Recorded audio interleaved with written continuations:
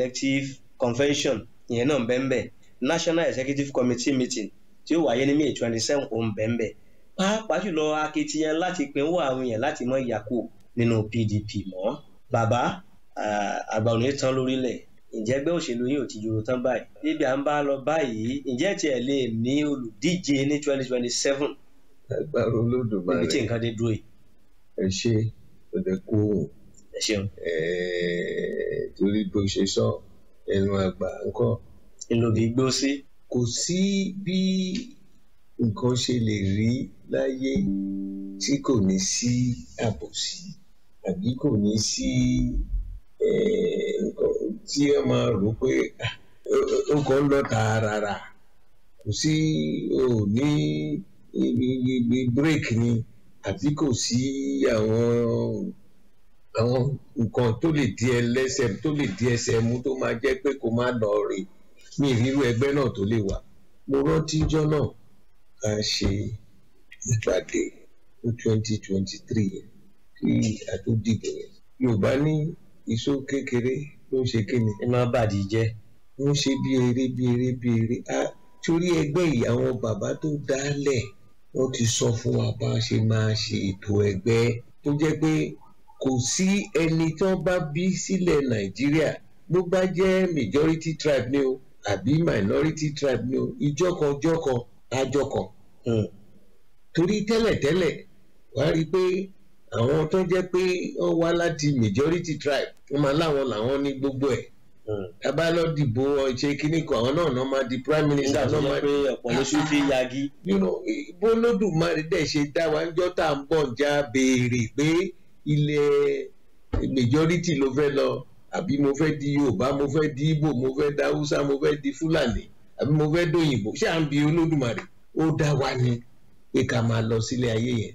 Ṣùgbọ́n nígbà táwọn bàbá yẹn wo nǹkan tó ṣẹlẹ̀ nígbà tá a kọ́kọ́ bẹ̀rẹ̀ sí kórapọ̀ àgbà independence nǹkan tó dà lóru gbà yẹn ni pé àwa la wà ń bẹ àwa la pọ̀ jù ẹ̀yin ò jẹ́ èèyàn.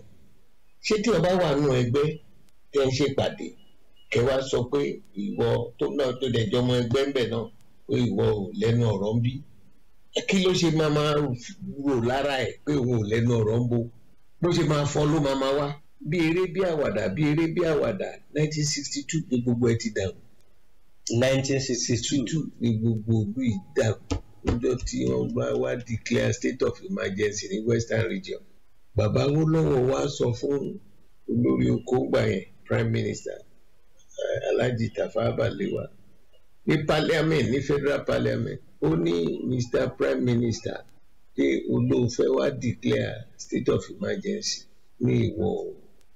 Ó ní ṣé ìjà wà ní Western Region? Ó ní ṣé ìjà wà ní Ògbómọ̀ṣọ́ ni àbí ìjà wà ní Mọ́kọ́lá àbí rúkèrúdé wà ní Badagry àbí ní Ajégúnlẹ̀? Gbogbo ìgbà yẹn Western Region níbẹ̀ lọ́sọ̀ nìkan. Ó ní kílẹ̀ ń wá kí ló dé tó lọ́ fẹ́ wá gbé state of emergency. Ẹ̀ṣẹ̀ wo náà ṣẹ̀ ni bàbá Awólọ́wọ̀ sọ. Síbẹ̀síbẹ̀ wọ́n ṣe yẹn lọ. So ní ṣe sọ èso kékeré ló ń bàtẹ́jẹ́. Àwọn bàbá kíní yẹn la lọ títí treasonable fellow mi tó ju bàbá sẹ́wọ̀n. Bàbá Awólọ́wọ̀ ni mò ń sọ láìṣẹ̀. Ká tó wo pípì 1966 ó di gbàkìgbàkì. Ó ní àwọn sójà gba ìjọba.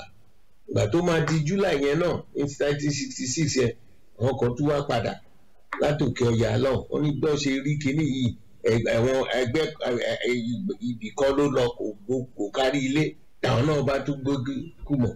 Ṣùgbọ́n mo ń lọ sí gbogbo ìtàn yìí kó lè yí àwọn ọmọ wa tó wà sí especially àwọn ọmọ tó ń pè ní Gen Z. Torí bí èèyàn ò bá mọ ìtàn tó kọ̀ déédéé jálù nǹkan àṣìṣe ló máa ṣe. Àwọn bàbá yẹn náà wá jókòó pé ẹgbẹ́ táwọn fẹ́ dálẹ̀ yìí ká má tún ríru èyí tá a rí tẹ́lẹ̀tẹ́lẹ̀ mọ́ ká fi ṣe àríkọ́gbọ́n.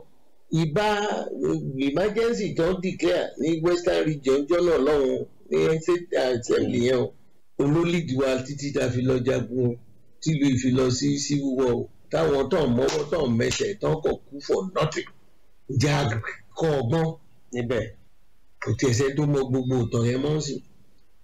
èmi wà ní secondary school gbà yẹn nígbà tó bẹ̀rẹ̀ ní 1962 yẹn now tó ó ṣe ojú mi kòrókòró mi nígbà tá a dẹ̀ ṣe tán bẹ́ẹ̀ tán wá dá ẹgbẹ́ ti wálẹ̀ wọ́n wá ṣe àwọn òfin kan bàbá Alex Ekweme ló pe àwọn tó kù ó pe Bọ́lá Ìgè bàbá Bọ́lá Ìgè kó wá láti south west ó pe Jimoh Obodo láti south east tí wọ́n pé ṣé òun àti Bọ́lá Ìgè jọ wà lọ ẹgbẹ́ kan náà rárá ṣé òun àti Jimoh Obodo wà nínú ẹgbẹ́ kan náà ó pe Solomon La ó pe Alhaji Rimi ó pe Shiroma ó ṣàpè gbogbo ọjọ́ bẹ́ẹ̀ yẹn wọ́n pè wọ́n ní G14 nígbà yẹn wọ́n fi dẹ́gbẹ́lẹ̀ wọ́n wá sọ pé ẹ̀gbá o bí ìlú ṣe rí yìí torí wàhálà táwọn òyìnbó yìí ti dálẹ̀ láti 1914 tàbí ń babọ̀ tá à ń yí mọ́ tá à ń kọ́kọ́ da gbogbo ẹ̀ pọ̀ wọ́n wá fi èṣù méjì ilẹ̀ Nàìjíríà o. ta lè ṣù yẹn. èṣù méjì náà fi ilẹ̀ èṣù kínní ni tribalism. ní bọ́bọ́ ṣe máa ṣe yẹn ní ẹlẹ́yàmẹ̀yà Yorùbá ni ẹ́ Ìgbò ni ẹ́ Haúsá ni ẹ́ Fúlàní ni ṣé ìyẹn wà nínú nǹkan tá a fẹ́ sọ ṣé béèyàn ni. tó bá dẹ̀ wò bó ṣe wà nínú Bíbélì wípé love your neighbor as yourself. sórí ẹni tó bá jẹ́ ẹnì kejì ẹ tí kò di dandan pé kó jọmọ ìyá àbí ọmọ bàbá ẹ ẹlẹ́dàá tí Olódùmarè dá bó ṣe dá ọ náà ló dáhùn láti nífẹ̀ẹ́ sí ibikíbi tó bá lò lóhun ti wá kò yẹn ò ṣe torí kò jọmọ nìyẹn ló ṣe pàtàkì kò jọmọ èèyàn ni torí ńgbà tó ń bọ̀ ta ló ń bọ̀ ayé ńgbà yẹn tó máa sọ pé bàbá Olódùmarè ẹjọ́ sà ibí ni mo fẹ́ lọ ṣé a máa ń béèrè. adélé ayé lágbára wa. ó lè dé kẹ́ nífẹ̀ẹ́ ara yín kẹ́ fi ìfẹ́ tí wọ́n bá fìfẹ́ nǹkan tí wọ́n ò bá nígbà má ṣe fọmọlà kejì ẹ̀ kò sínú ìwé tí ò sí ní Bíbélì ni ní Kùrán ni ní gbogbo àtàwọn oníbílẹ̀ náà tó bá ṣèkà wàá mọ̀ pé kà ló ṣe tó bá dẹ̀ ṣe rere wàá mọ̀ pé oore ló ṣe. bó ṣe rí nìyẹn. báwọn bàbá yẹn ṣe jókòó ní wọ́n wá ní ẹ wá ká pín ìlú yìí sí ọ̀nà mẹ́fà. ká pín sí ọ̀nà mẹ́fà. ká pín sí ọ̀nà mẹ́fà north east north west north central. ó jẹ́ mẹ́ta. 6 south west south east south south. ó jẹ́ mẹ́ta. wọ́n pa gbogbo ẹ̀ pọ̀ wọ́n wá dá àwọn ipò mẹ́fà sílẹ̀. ipò mẹ́fà wọn yẹn. president vice president senate president speaker secretary to government and the national chairman. ó jẹ́ mẹ́fà. ó dẹ̀ ti gbé sọ́nà mẹ́fà.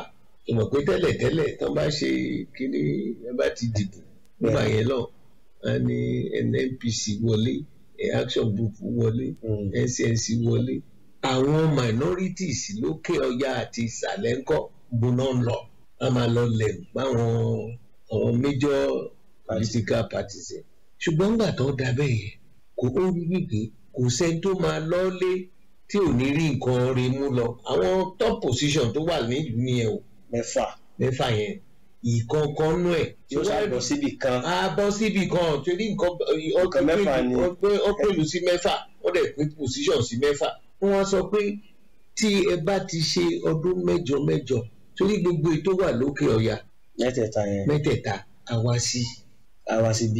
sí bí gúúsù bí èyí tó wà nílẹ̀ gúúsù bí a lọ sókè ọ̀yà lọ ìyẹn kò tán ló dẹ̀ ṣe wá láàrin ara yín tí wọ́n bá ti ṣe kan tẹ́lẹ̀ ẹlòmíà ṣe kan tẹ́lẹ̀ nǹkan tó ń sọ̀lú dẹ̀rọ̀ nìyẹn. ìyẹn nìlànà láàárín pín dọ́gba.